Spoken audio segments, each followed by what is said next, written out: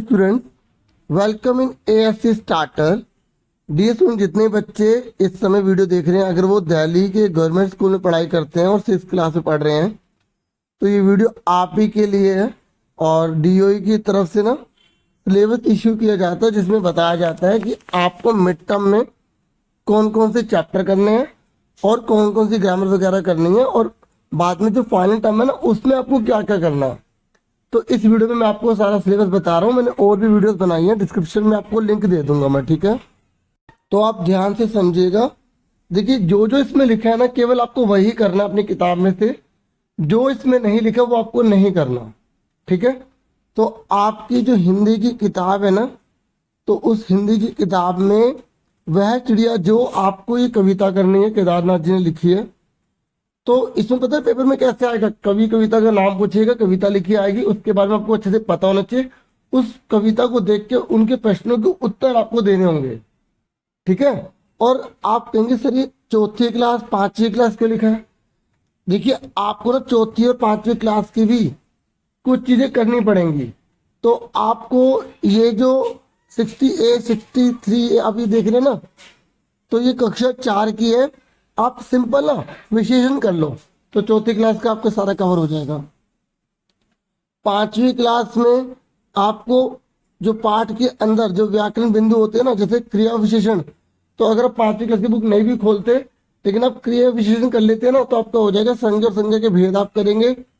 पता है आपठित गंध्याश किसे कहते हैं। एक पैसेज आएगी जो आपने पढ़ी लिखी नहीं होगी, मतलब आपने, तो आपको क्या करना होगा, उसको पढ़कर फिर प्रश्नों के उत्तर देना होंगे, ठीक है। देखिए, यहाँ पर लिखा हुआ है वर्कशीट। तो ये कार्यपत्र 11 से 13 ये आपको क्लास 6 के करने, ये आपको यूट्यूब पे मिल जाएंगे। तो आपको समझ में आ गया कि पाठ 1 आपको करना है, आपको विशेषण करना है, सारा कर लेना विशेषण, और सारे के सारे क्रिया विशेषण कर लेना पूरा, किसे कहते हैं, उसके प्रकार वगैरह वगैरह, ठीक है। और ये तो केवल इसके बारे में बता रहा है कि इसका उद्देश्य क्या है, ये जो आपको पढ़ाया जा रहा है इसका उद्देश्य क्या है। तो यहाँ पर जैसे लिखा है ना, संज्ञा और संज्ञा के भेद, तो वो भी आप कर लेना। जो भी ग्रामर यहाँ नजर आ रही है ना, वो सारी करनी है आपको। फिर पाठ 2 पर आ जाओ, बचपन। बचपन करना है आपको। क्लास 6 की देखो सर्वनाम की पहचान बोला, तो आप सर्वनाम की सारी ग्रामर कर लेना, तो अपने आप सारा क्लियर हो जाएगा।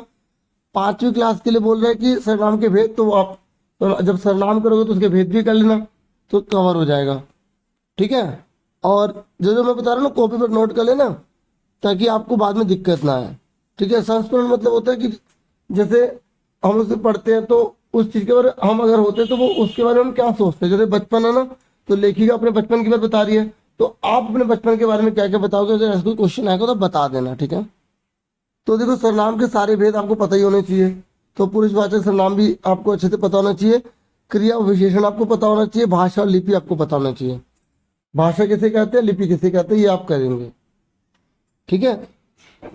अनुच्छेद मतलब एक पैराग्राफ, देखो कोई सा भी दे सकते हैं वैसे। तो जैसे पैराग्राफ आप दे सकते हैं, आपको वर्षा ऋतु के ऊपर दे सकते हैं, 15 अगस्त के ऊपर दे सकते हैं, जिसमें आपको पूरा लिखना पड़ेगा। मेरा विद्यालय दे सकते हैं, ठीक है। अगर यहाँ लिखा है तो ठीक है, नहीं तो आप अपनी मर्जी से सारे पढ़ लेना। और कोई भी आप बना कर लिखना, जैसे महिला लेखिकाओं की सूची व रचना तैयार करना, ये एक्टिविटी होती है, ये केवल पढ़ने के लिए है, ठीक है। और फिर पाठ 3 आपको करना है, विशेषण। विशेषण की पहचान मतलब आप सारे विशेषण कर लेना। ये ग्रामर होते हैं, विशेषण किसे कहते हैं, विशेषण के भेद पूरा डीपली कर लेना, ठीक है। और वर्कशीट 20 से 29 कर लेना पार्ट 3 के लिए, क्लास 6 की।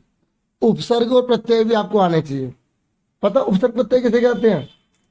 एक ना शब्द होता है, उसके आगे कुछ भाग लगा होता है, वो उपसर्ग होता है। अगर पीछे लगा हुआ तो उसे प्रत्यय कहते हैं। जैसे मैंने बोला आ जन्म, तो जो आ है वो उपसर्ग है। मैंने बोला ऐतिहासिक, तो इतिहास जमा इक, तो इक प्रत्यय है।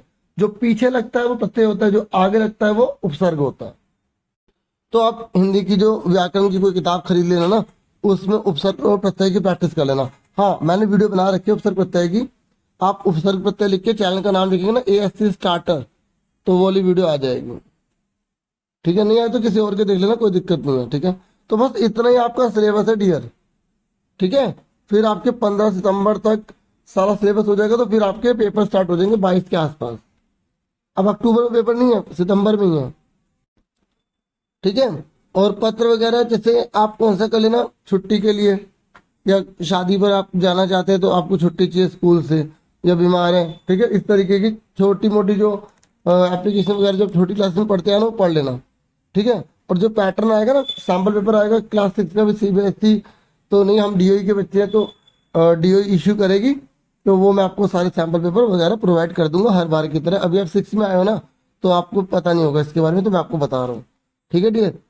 तो ये मैंने आपको मिड टर्म का बताया, वीडियो खत्म नहीं हुई, अब मिड टर्म के बाद का सिलेबस देख लो, क्योंकि आपको ना मिड टर्म के बाद जब आपका पेपर हो जाएंगे तो मिड टर्म के बाद भी आपको चैप्टर्स करने हैं, और जो फाइनल टर्म होगा ना उसमें मिड टर्म का भी आएगा, ठीक है, और मिड टर्म के बाद जो आप पढ़ रहे हैं वो भी आएगा। तो मिड टर्म के बाद आपको पार्ट 7 करना है, तो आपको सर्वनाम के सारे भेद करने, पहले आपने कर लिया होगा वो भी ठीक है, लेकिन मेन यहाँ पर बता रहा हूँ निजवाचक को ज़्यादा ध्यान देना है। पर्यायवाची शब्द, समानार्थी शब्द ये आपको करने हैं मिड टर्म के बाद। आपको मुहावरे वगैरह करने हैं, आपको वर्कशीट करनी है 35 से 38।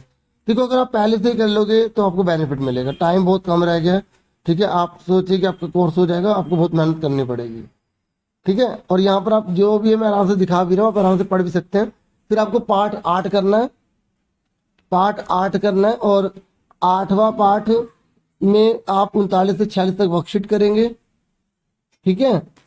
तो वर्कशीट हो गई, उसके बाद विद्यालय ना जाने की हानि, मतलब आपकी ना ये एक्टिविटीज होती हैं, और विद्यालय के ऊपर अनुच्छेद भी आपको दे सकते हैं, कुछ भी आ सकता है पैराग्राफ, जैसे नॉर्मल नॉर्मल आप कर लेना, जैसे स्वतंत्रता दिवस, गणतंत्र दिवस, विद्यालय, ठीक है, मेरा देश महान, विद्यार्थी और जीवन, इस तरीके के नॉर्मल नॉर्मल पैराग्राफ आ जाते हैं। क्योंकि आप और पुस्तक, अगर पत्र की बात करें तो पुस्तक विक्रेता को लिखो कि भाई पुस्तक मंगवाने के लिए कि भाई हमें स्कूल में इतनी पुस्तकें चाहिए, या स्वास्थ्य अधिकारी को पत्र आ जाता है एग्जाम में, तो यही है ना, बहुत बार रिपीट हो रहे हैं, ठीक है। और बच्चों आपको पता है संवाद किसे कहते हैं?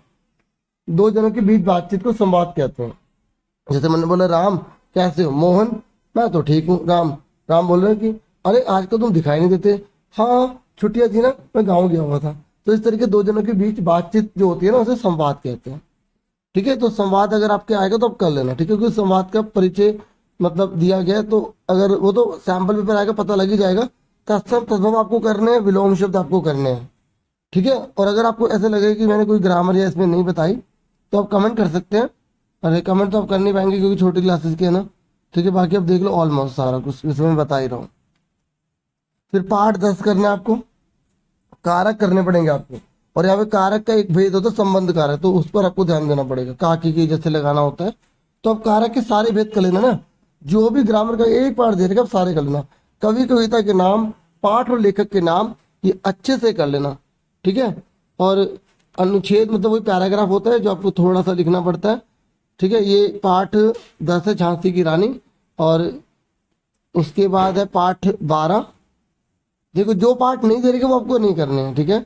और पत्र यहाँ बता रखे 2 प्रकार के आपके आएंगे, एक औपचारिक एक अनौपचारिक। औपचारिक मैंने बता दिया कि जैसे आपको 2 दिन की छुट्टी चाहिए, स्वास्थ्य अधिकारी को पत्र। अनौपचारिक जैसे भाई को एक पत्र लिखो कि भाई पढ़ाई में ध्यान दिया कर, खेलकूद, या खेलकूद तो ला सकता है कि खेलकूद में रुचि लिया कर, ठीक है, या भाई को समय का या बहन को समय का महत्व बताते हुए पत्र, ठीक है। इस तरीके से मतलब अनौपचारिक का मतलब होता है जो भाई बहन चाचा को लिखते हैं, चाचा को आप पत्र लिखो कि भाई आपने मुझे घड़ी दी, मुझे इसकी जरूरत थी, आपका बहुत बहुत शुक्रिया, इस प्रकार का पत्र आ जाता है जो पेपर में बहुत बार आया हुआ ना, तो वही मैं आपसे शेयर कर रहा हूँ। तो पाठ 13 आपको करना है, ठीक है। पाठ 13 तो 31 जनवरी 2024 तक आपका सिलेबस हो जाना चाहिए, क्योंकि 15 फरवरी से आपके एग्जाम स्टार्ट है। ये फाइनल टर्म के एग्जाम के बारे में बता रहा हूँ।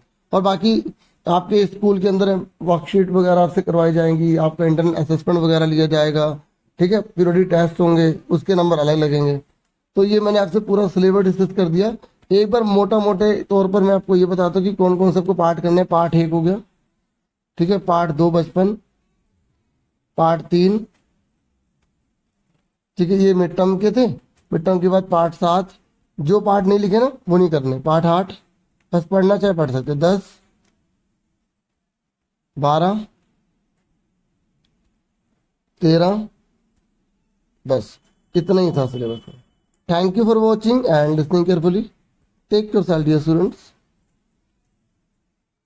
अच्छा एक चीज याद रखिए, वाक्यांश के लिए एक शब्द, जैसे जो ईमानदार हो उसे क्या बोलते हैं, ठीक है, या जो कभी बूढ़ा ना हो उसे क्या बोलते हैं, जैसे जो कोई बूढ़ा नाम अजर होता है ना, तो ऐसे वाले शब्द यहाँ पर बता रहे हैं। ठीक है, तो मैंने कहा ना कि एक बार इस बार ये योजक शब्द भी दे रखे हैं, तो ये योजक जिसमें डैश लगा होता है तो और लगाना होता है। तो ये वर्कशीट जितनी भी लिखी होंगी ना, तो वो सारी की सारी आप कर लेना, क्लास 4 की हो 5th की हो, क्योंकि ज़्यादा बताते बताते ना ये थोड़ा सा मेन भी रह गया था। ये 2-4 चीज़ छूट गई थी, मैंने आपसे शेयर कर दी। अब कुछ बच्चों ने तो वीडियो भी काट दी होगी, कोई बात नहीं। Thank you for watching and listening carefully. Take yourself dear students.